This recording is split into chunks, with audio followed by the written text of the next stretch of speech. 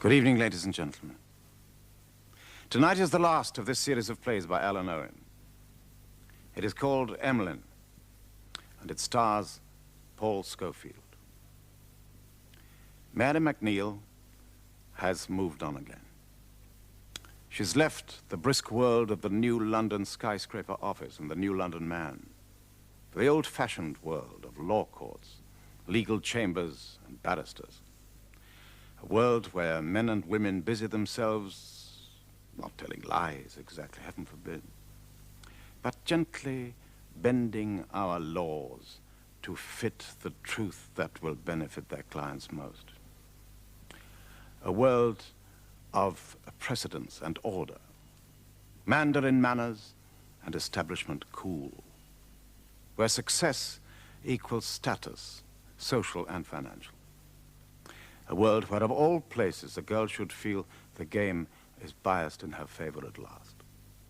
A world of safeness and continuity. Our final play is called Emlyn, and it stars Paul Schofield.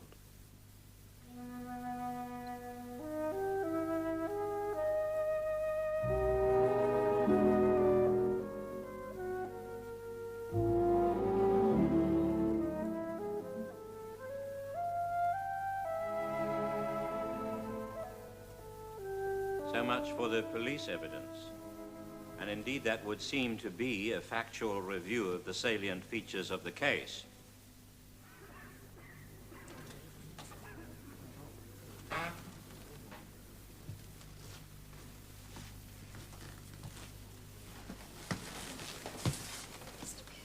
Shh. Look, Sir Emlyn's putting on his peekaboos. Yes, Sir Emlyn.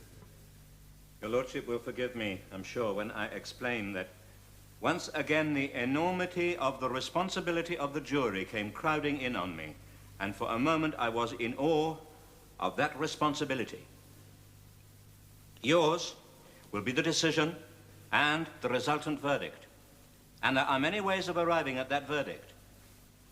But let me commend to your attention one of the humbler cliches of our language, the benefit of the doubt. Oh, give him the benefit of the doubt, we say, when we're not sure. This is normal practice in our social relationships. And so rooted and automatic is this benign attitude in our national life that we sometimes forget that it is the one thing that stands between the legal procedure of which the jury is a pivotal part on the one hand and the accused man on the other. Doubt. When you hear a man on oath swear to his having witnessed certain events, but you have to admit to yourself misgivings, a troublesome unease, that is doubt. And as an advocate, I must claim that doubt for my client. Doubt is what helps to cushion the responsibility of the juror. And he must not stifle that doubt, but let it rise up within him, because that doubt is my client's strongest advocate. Doubt is the ultimate safeguard that any accused man, woman, or child has the right to demand the benefit of. And if there is, and I'm totally convinced that there is doubt in this case, then my client is entitled to the fullest benefit of it. My lord, may I request at this time an adjournment? What's he up to? Shh. An adjournment, Sir Emlyn? For luncheon, my lord. You surprise me, Sir Emlyn. My lord, in an excessive zeal on my client's behalf, I fear that I was about to encroach on your lordship's prerogatives in my address to the jury. I thought, with your lordship's permission, a break might enable me to avoid that presumption. Your point is taken and accepted, Sir Emlyn. The court will rise for 1 hour. Arise and be upstanding, all ye who enter here. What was that all in aid of? Simple. Our Welshman has just stopped the old boy from giving him a bit of a stick.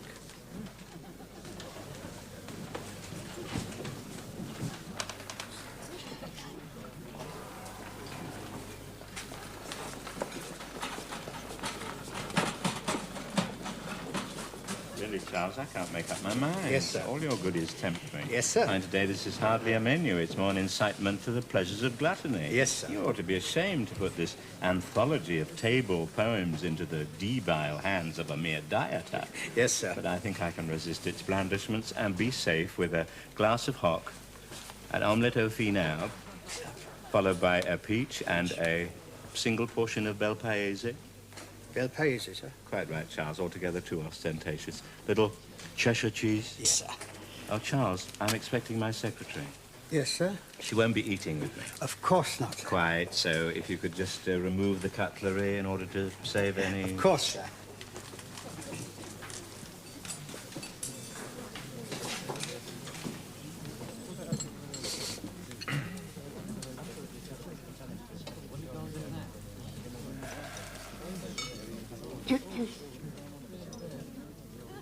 Sir Emlyn? Yes? Miss Leatherhead wasn't able to come to the court, so she sent me instead. Oh, did she? Oh. Yes, I see. Oh, well, do sit down, Miss... MacNeil, I'm the office typist. Oh, there's the typist in that little... Room at the end. Of the corridor. Yeah, of course. Miss Leatherhead thought you wouldn't mind. I don't. Well, she had an urgent appointment. Hard to imagine Miss Leatherhead with anything urgent. Her dentist. Ah. So she sent me. So it would appear. So I'm here. You are indeed. And do you remember why you're here, Miss MacNeil? Oh, I'm terribly sorry. I brought some papers for you to sign. Yeah, thought you might have done. Thank you. Oh, I'm Ah. sorry. That's all right. I've got my own pen, Miss MacNeil.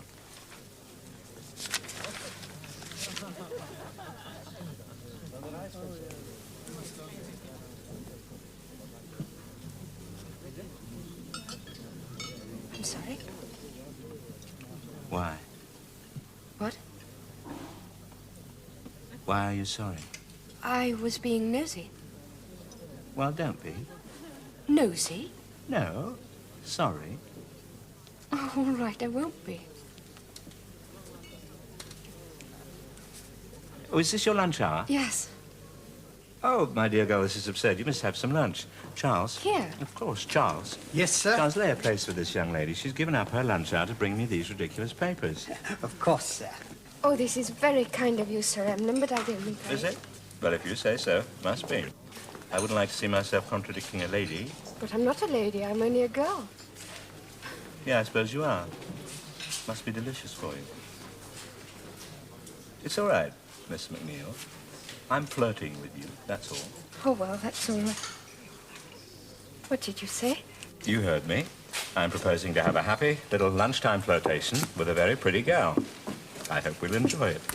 Charles, bring us some sparkling wine. They say he was splendid in court this morning, sir. Do they? Yes, sir. That was nice of him. Oh, he means it. Charles is a dear man. And thank goodness he never tells lies. I saw you in court, and you were splendid. Do you tell lies, Miss MacNeil? No, sir. Do you? Only to myself.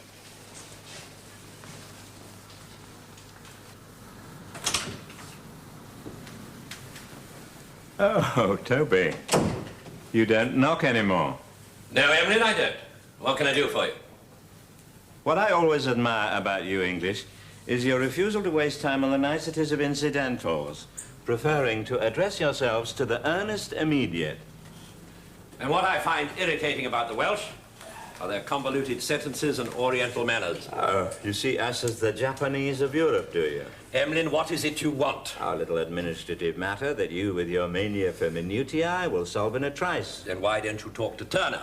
After all, he's the clerk of the chambers. Those sort of things are his job. But you're so much better at things than I am. Oh, really? Oh, by the way, congratulations on yesterday. What? Well, your victory in court. Oh, that. Why, was there something else? Isn't there, always? But thank you. Bit naughty, but worth the risk. Quite. Now, about your problem. Oh, yeah, well, you know how busy one has been lately. Well, of course you do. And you must have noticed Miss Leatherhead's tensions. She's my barometer. She's overworked. Is she? Poor girl. It worries me. So? She should have a rest. Wouldn't you agree? Well, whatever you say.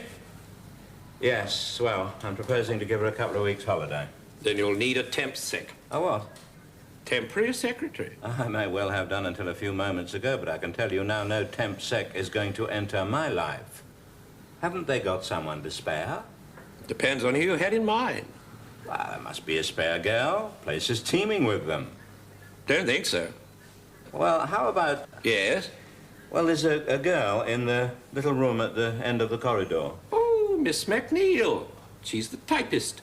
I dare say she is. And that's who you want? Well, in preference to a temp sec, yes. I can never for the life of me understand why you can't come out with things in a straightforward manner, Emlyn. What's that mean? I'm fed up with plain, spotty Nellie Leatherhead. There's a pretty little thing called Mary MacNeil who'll brighten up my room better than a bunch of roses. So I'll thank you to tell Turner to get her in here as quick as yesterday. Her name is Mary, is it? Nice name. Oh, you're too much, Emlyn. You seem to be learning to live with it. You're too much, you really are.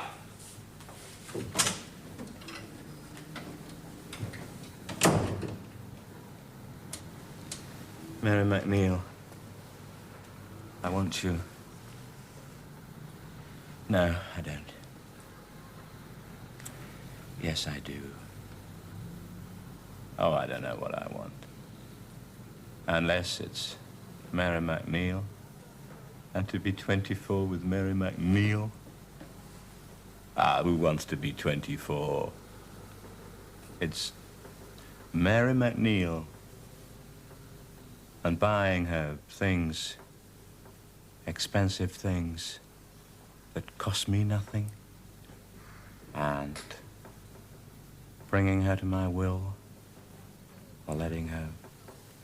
Or maybe I just like the idea of Mary MacNeil. Mary MacNeil. Mary MacNeil. Mary MacNeil. Come in. Mr. Turner said you wanted to talk to me. Oh, well, if Mr. Turner said so, must be right. Come in, Miss MacNeil. Sit down. While I think of something to say to you. And, of course, a special way of saying it.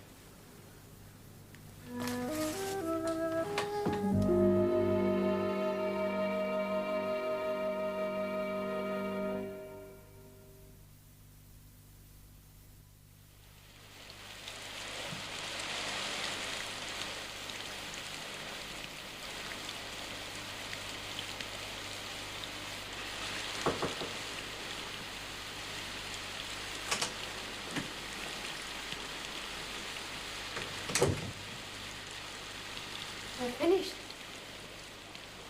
Would you like to sign them? It's raining very hard. So it is.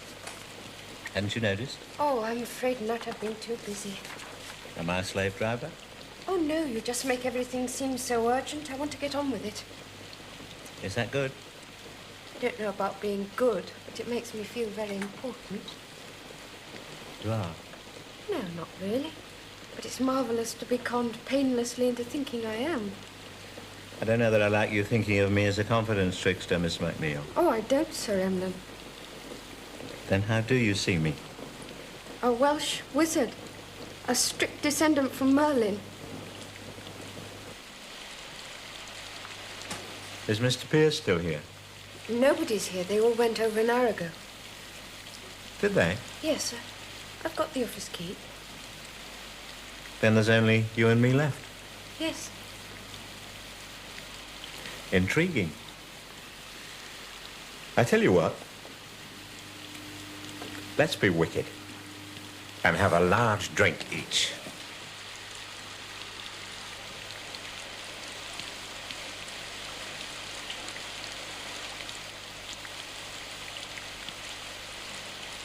What will you take? Oh, anything. You certainly will not. You'll decide and tell me. I've been driving you hard all day.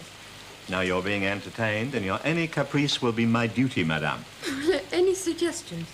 Well, you're a Scot. Have some scotch. I'm not particularly pro-Scots. I'm afraid the Welsh don't make a whiskey, but we could try a compromise. Yes? Irish? Yes, please. That was quick. I knew an Irishman once. A Cockney Irishman, but Irish. So very tactful of you to drink with one man a drink that reminds you of another. Oh, I'm sorry. I've told you about that before. You must never say you're sorry. Even when I am? Particularly when you are.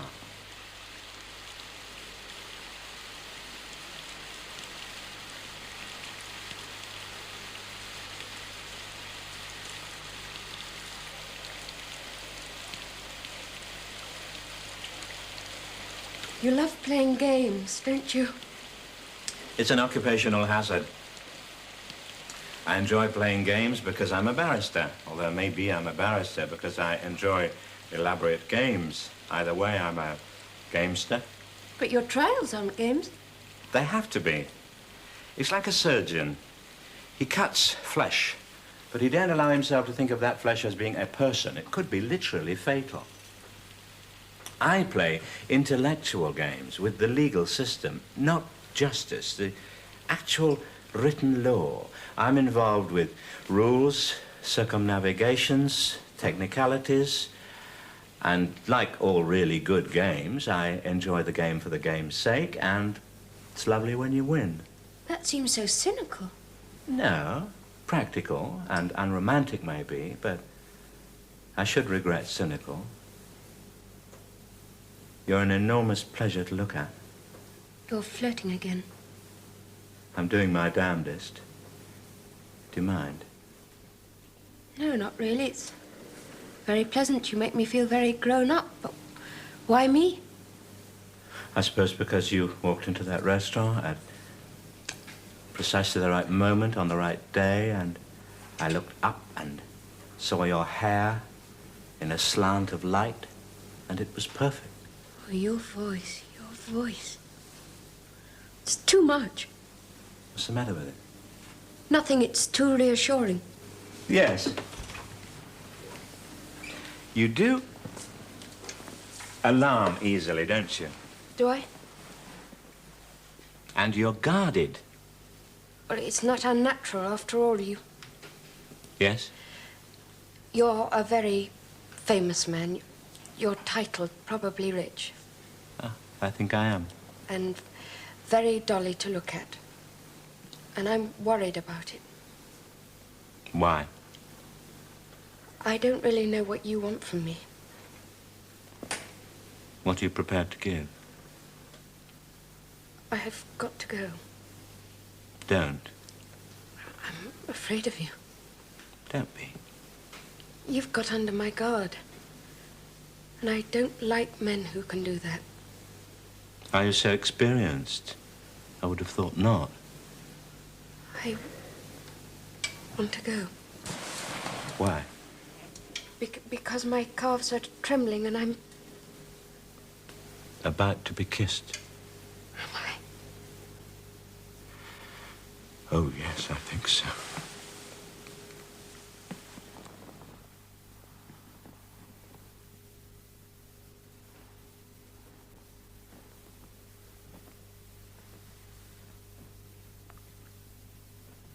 Oh, darling. I love you. I love you. Yes. I love you, too.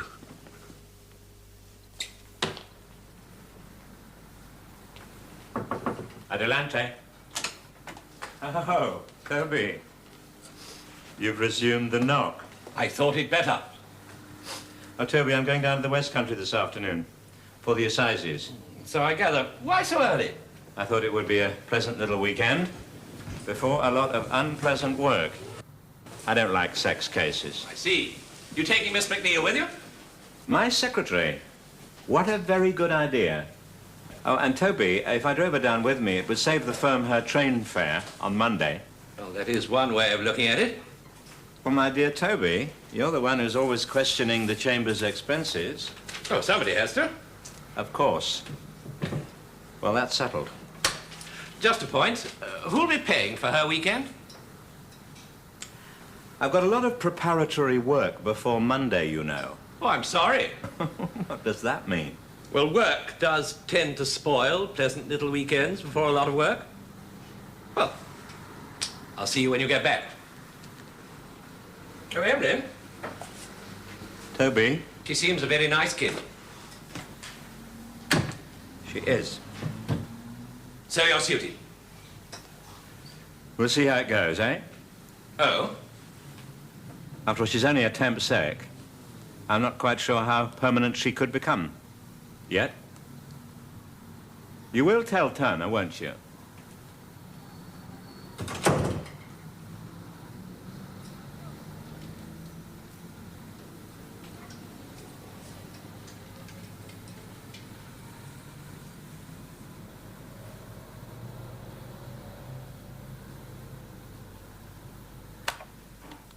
Oh, Miss MacNeil.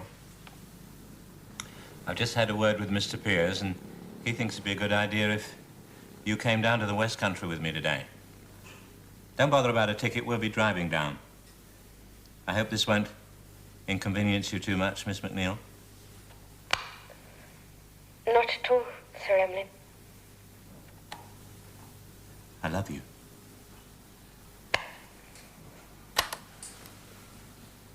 Why do I have to say things like that? Emlyn, my boy, I'm afraid you're very vulgar. Oh, I didn't hate my father anymore. I haven't the time to waste in hating. Anyway, lots of times it was very funny, but so boring. Boring? Predictably boring. Never tell the truth when a lie is just as easy was my dad's motto. He lied about everything then? Oh, yes. Not just the facts of life, the milk bill, the weather, anything. It was as if he could only keep us under control by putting a string of useless lies between him and people. Rather sad. I was his daughter, not just people. The young are very intolerant. Oh, that was as pompous a statement as you're liable to gather with the nuts in May.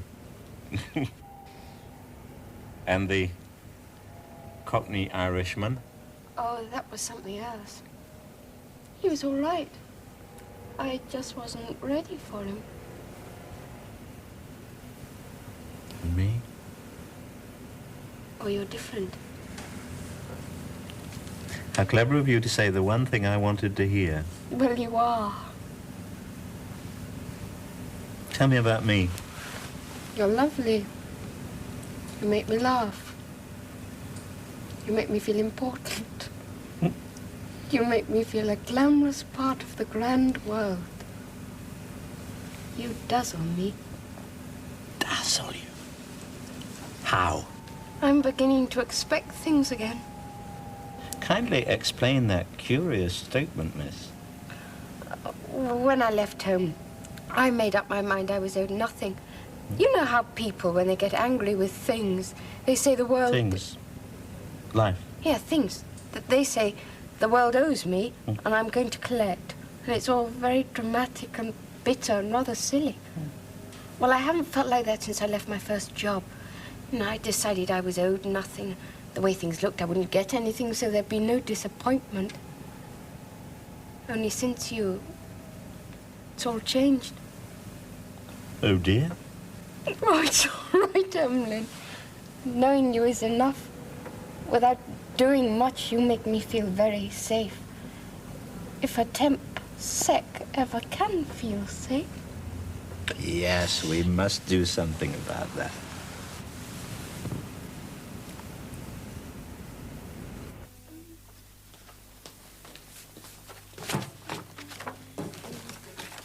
Hello.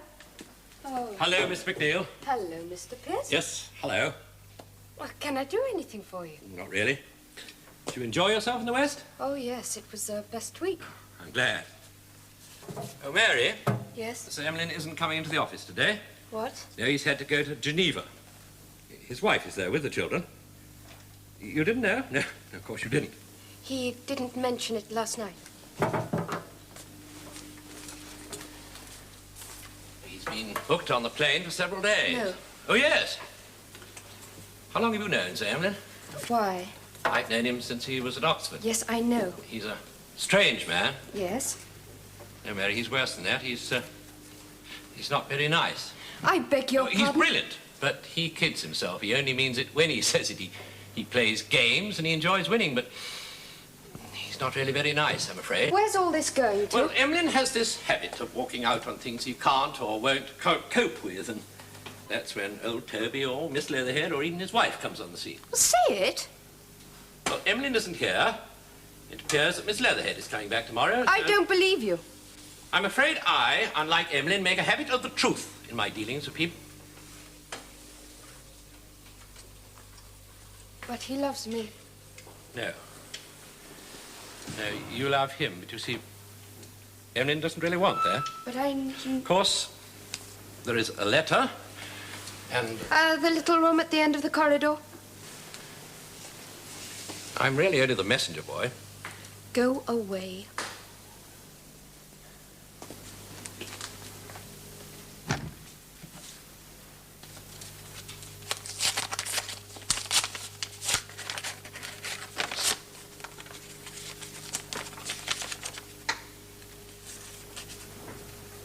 I know it won't.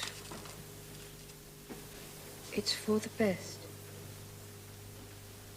Try to understand, but it couldn't. Emlyn. P.S. I'm sorry.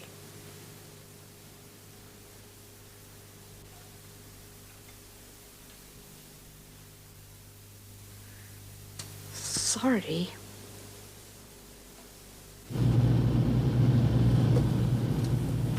Champagne, Sir Emlyn? At this hour of the morning, young lady? Oh, I'm sorry, sir. Oh, don't be sorry. You know, I think you've persuaded me. Of course, sir.